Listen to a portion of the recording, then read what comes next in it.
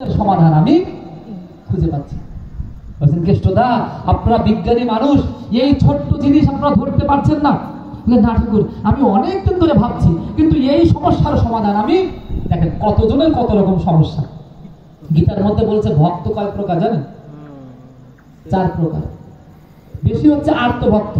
এক একজনের সমস্যা আর্তভক্ত মানে এই আমার রোগ ব্যাধি, এই সংসারের সমস্যা, এই সমস্যা হচ্ছে আর্তভক্ত, মানে যে বিপদে পড়ে ভগবানকে ডাকে। বিপদে ভগবান, মানে বিপদে থাকলে ভগবান আছে, বিপদে নাই ভগবান নাই। বিপদে যখন আছে ও হরি, ও গোবিন্দ, ও ঠাকুর রক্ষা করো, বিপদ নাই সব ভুলে গেছে। যখন বিপদে আছে কাটায় কাটায় ইষ্টবিধি করে, বহুজনকে দেখেছি, কাটায় কাটায় ইষ্টবিধি করে, প্রার্থনা করে, এই করে তা করে, আবার টাকা পয়সা বাড়ি গাড়ি হয়ে গেছে, সব বাদ দিচ্ছে। আবার বিপদে পড়ে তখন মনে পড়ে, এত নিয়ম না। আর্তভক্ত মানে বিপদে পড়ে ভগবানকে ডাকে। 2 নাম্বার ভক্ত হচ্ছে অর্থার্থী ভক্ত।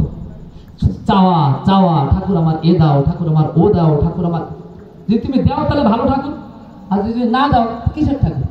তুমি যদি আমার চাহিদা পূরণ করো তাহলে তুমি ভালো, তুমি ভগবান তোমার সব।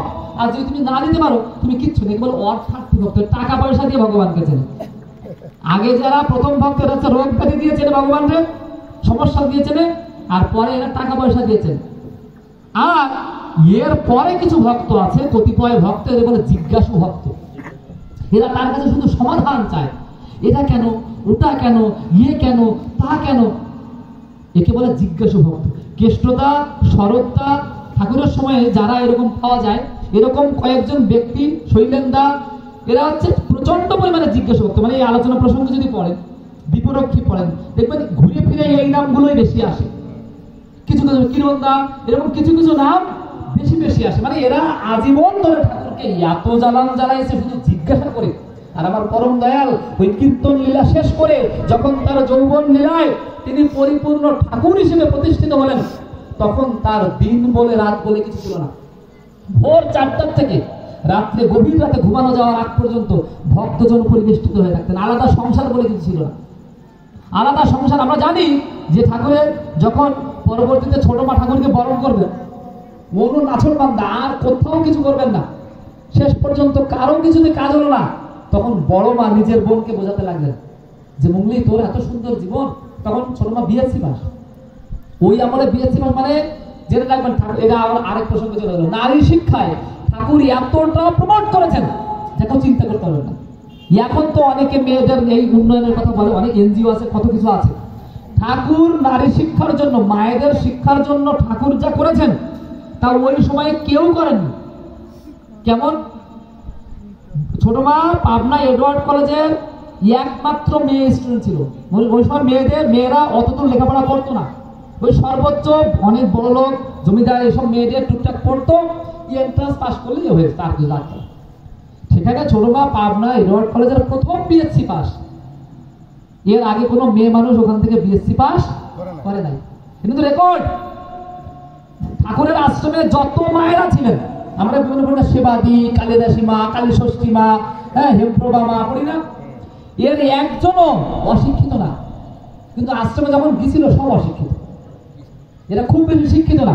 ঠাকুর এদের জন্য আলাদা করে, পঞ্চানন্দা ছিলেন তখনকার মাস্টারমশাই কবুল স্কুলে। ঠাকুর বললেন, পঞ্চানন্দা সবাইকে শিক্ষিত করে তুলছেন, আর আমার এই মাগুলো পিছিয়ে পড়বে কেন?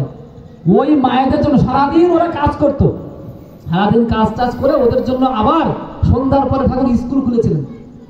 চিন্তা করে দেখেন কেমন মানুষ। আশ্রমে এমন কোনো মা ছিলেন না যাকে তিনি, কিন্তু ঠাকুর যে শিক্ষা, নারীর শিক্ষার একটা প্যাটার্ন তৈরি করেছেন। ঠাকুর বলছেন, যে নারীর শিক্ষায় নারীর মধ্যে অহংকার ঢুকে যায়, যে নারীর শিক্ষায় নারীর মধ্যে পুরুষকে অমান্য করার, স্বামীকে অমান্য করার প্রবণতা তৈরি হয়, যে নারীর শিক্ষায় নারীর সংসারে গন্ডগোল বাঁধে, ঠাকুর ওই নারী শিক্ষা পছন্দ করতেন না।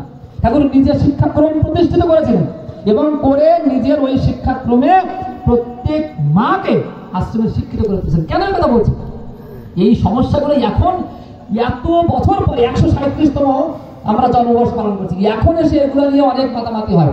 আর ঠাকুর এগুলো নিয়ে বহু আগে মাতামাতি করেছেন, কিন্তু তার মাতামাতির মধ্যে সমস্যার সমাধান ছিল। বর্তমানে নারী শিক্ষায় সমস্যার সমাধান নাই, অনেক জায়গায় সমস্যা তৈরি হচ্ছে। অনেক জায়গায় নারী এত শিক্ষিত হচ্ছে, শিক্ষার কারণে ঘর ভেঙে যাচ্ছে, অনেক জায়গায় হচ্ছে।